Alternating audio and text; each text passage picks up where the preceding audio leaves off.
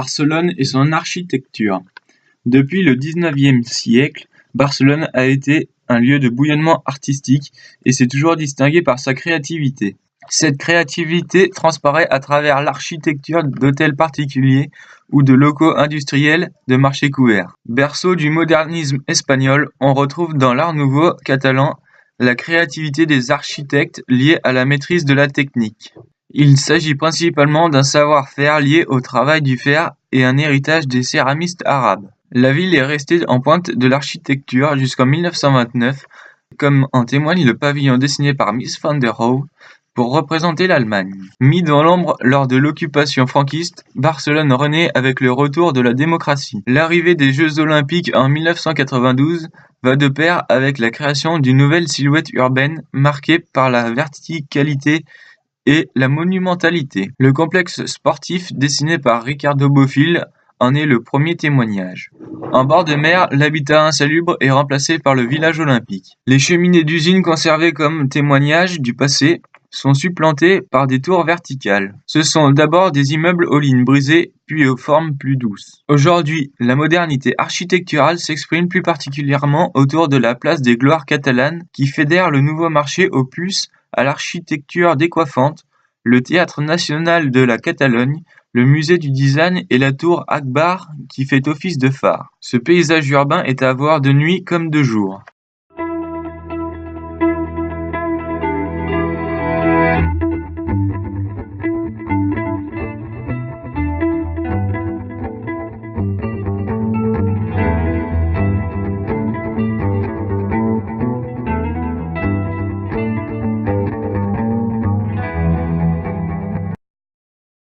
Barcelone et Gaudí. Mort accidentellement en 1926, l'architecte Gaudí est sans doute, avec l'urbaniste Cerda, celui qui aura marqué le plus l'espace urbain barcelonais. Si Gaudí était moqué de son austérité et son traditionnalisme, il trouvait dans sa production un moyen d'exprimer toute sa créativité. Héritier du savoir mozarabe, des céramiques vernissées, Gaudí s'inscrit dans le mouvement moderniste barcelonais en proposant des formes organiques et en travaillant la lumière et les couleurs. Parmi ses créations monumentales, nous pouvons visiter le parc Güell, avec ses belvédères, sa salamandre fontaine et ses pavillons, où l'architecture est pensée comme une continuité du végétal.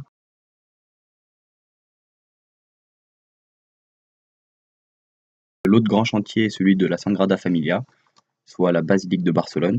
Le chantier a démarré en 1882, elle est encore inachevée.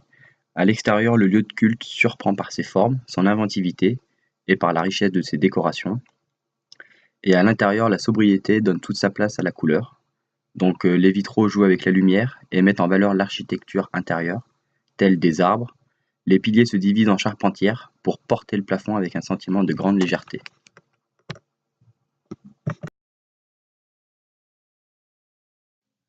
Le musée de la Marine, ville portuaire, Barcelone dispose d'un musée de la Marine magnifique, implanté dans ses anciens arsenaux.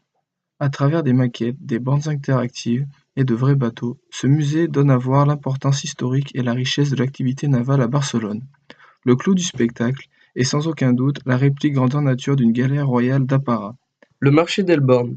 Ville millénaire, Barcelone révèle ses secrets aux moindres travaux.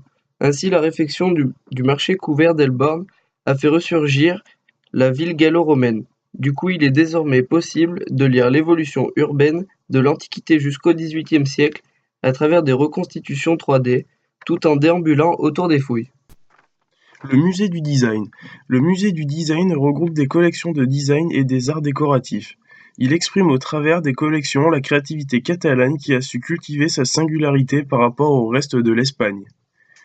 Les 4 collections permanentes portent premièrement sur la production de masse, mobilier, voitures, puis sur la collection historique, vitraux, ferronnerie, menuiserie, ébénisterie, porcelaine, étoffes en passant par la mode féminine et enfin sur les arts graphiques. L'exposition temporaire était dédiée au travail d'un architecte précurseur du mouvement moderne. Musée Picasso. Situé dans de magnifiques bâtiments Renaissance, le musée Picasso nous fait découvrir l'évolution de l'artiste depuis ses premières études académiques des beaux-arts jusqu'à ses dernières œuvres. Malgré des œuvres manquantes pour illustrer les créations des années 30 et 50, nous avons pu apprécier le renouvellement continu de la production de l'artiste. Toutefois, l'abondance de sa production rend la fin de parcours fastidieuse à suivre. Malheureusement, le musée interdit les photographies. Le musée d'art contemporain de Barcelone est d'abord remarquable par son architecture. Ce bâtiment du XIe siècle, dessiné par Richard Meyer, est un long vaisseau qui domine un quartier historique. Derrière sa façade de verre se déploient de grandes rampes blanches. Le vide est ici un espace essentiel destiné à mettre les œuvres en valeur. Les collections, quant à elles, s'adressent à un public averti. Malheureusement, cela a vieilli et la provocation initiale s'est quelque peu émoussée.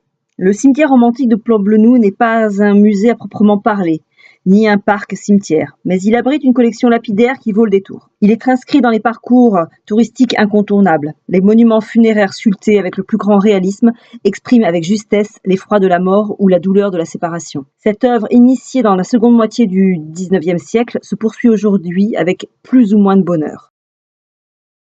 Barcelone et les jardins historiques. Nous n'avons pas pu visiter le patio du cloître de l'église historique dont l'accès n'est plus direct. Nous nous sommes rabattus sur le patio des congrégations religieuses. Ce sont des jardins clos, avec le plus souvent des parterres en croix. Selon la taille, ils peuvent accueillir des orangers, des palmiers ou d'autres arbres locaux comme les pieds d'éléphant. Le parc de la Citadelle est un parc 19e, typique, avec une partie monumentale à la française et une partie jardin à l'anglaise. Le gros problème est le manque criant de moyens. Les serres sont dans un état de délabrement, tout comme les pavillons des restaurants. Les magnolias sont chlorosés et la pelouse parfois pelée. Malgré tout, l'ensemble dégage encore un aspect enchanteur. La végétation luxuriante y est pour beaucoup. L'extension de la ville dans toute la plaine à la fin du XIXe siècle a été accompagnée par la création de nombreux squares et petits jardins que l'on découvre au hasard des rues. La ville a fait appel à Jean-Nicolas Forestier pour redessiner la colline de Montrouic pour accueillir l'exposition universelle de 1929. À partir du site de carrières comme les Buttes Chaumont, l'architecte a conçu le parc Laribal, un jardin arabe en terrasse. L'eau en mouvement est omniprésente, pour rafraîchir sans que l'on la voie vraiment. Les pergolas filtrent la lumière et protègent de la chaleur. Les portiques, les colonnes sont blanches et font ressortir le végétal. Au centre de la carrière, un théâtre grec anime le jardin.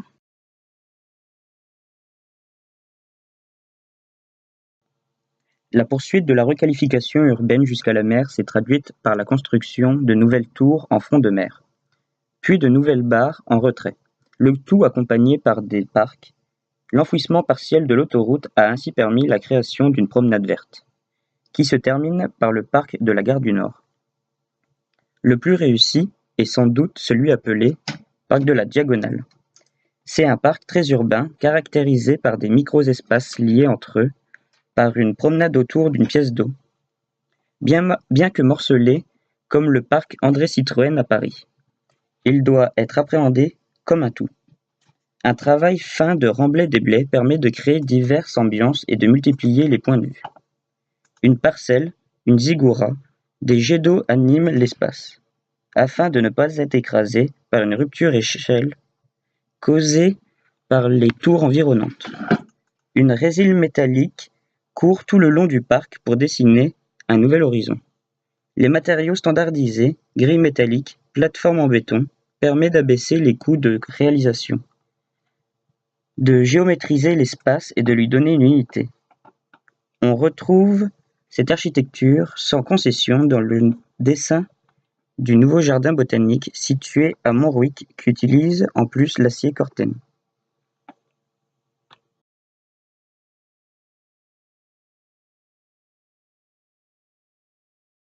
La ville de Tarragone. Près de Reus, la ville de Tarragone domine la mer. C'est une ville touristique et industrielle. La ville s'est construite de manière concentrique à partir du bord de mer. Le centre historique est marqué par la forte présence de monuments romains que l'on redécouvre aujourd'hui qui ont influencé le tracé de la ville médiévale. Ainsi, en bord de mer, un amphithéâtre a été dégagé. Il est relié à la ville haute par un parc paysager en terrasse. Les tracés et les matériaux sont très contemporains. On utilise le béton brossé pour les allées les gabions pour tenir les terrasses. Au-dessus, un square fait le lien avec l'ancien cirque romain, un centre d'interprétation installé dans l'ancien donjon du XIIe siècle, où est au milieu des vestiges, permet de redécouvrir la richesse antique. Pour valoriser son patrimoine, la municipalité a créé une promenade végétalisée autour des murailles. Par souci d'authenticité et d'écologie, la végétation méditerranéenne prédomine sur des rocailles reconstituées. Ces jardins secs s'intègrent pleinement dans la ville. À l'intérieur de la ville, l'espace public est soigné.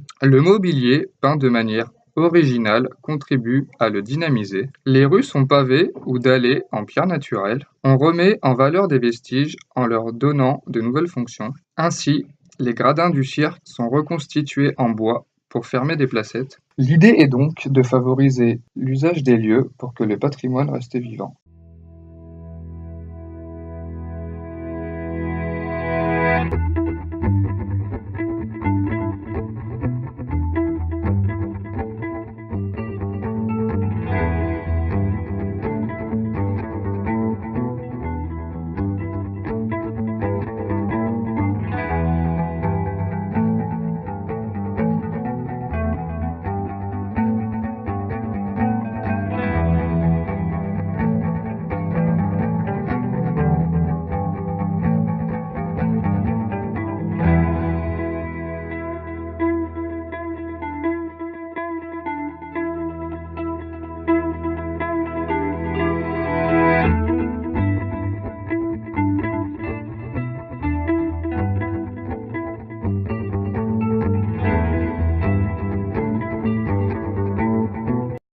L'école d'horticulture de Reus est l'œuvre de passionnés. Il y a 40 ans, Luis Recarens, son actuel directeur, formé à l'école suisse de Lullier, s'est mis en tête de doter la Catalogne d'une école de renom et au-delà de structurer la filière paysage, inexistante sous Franco.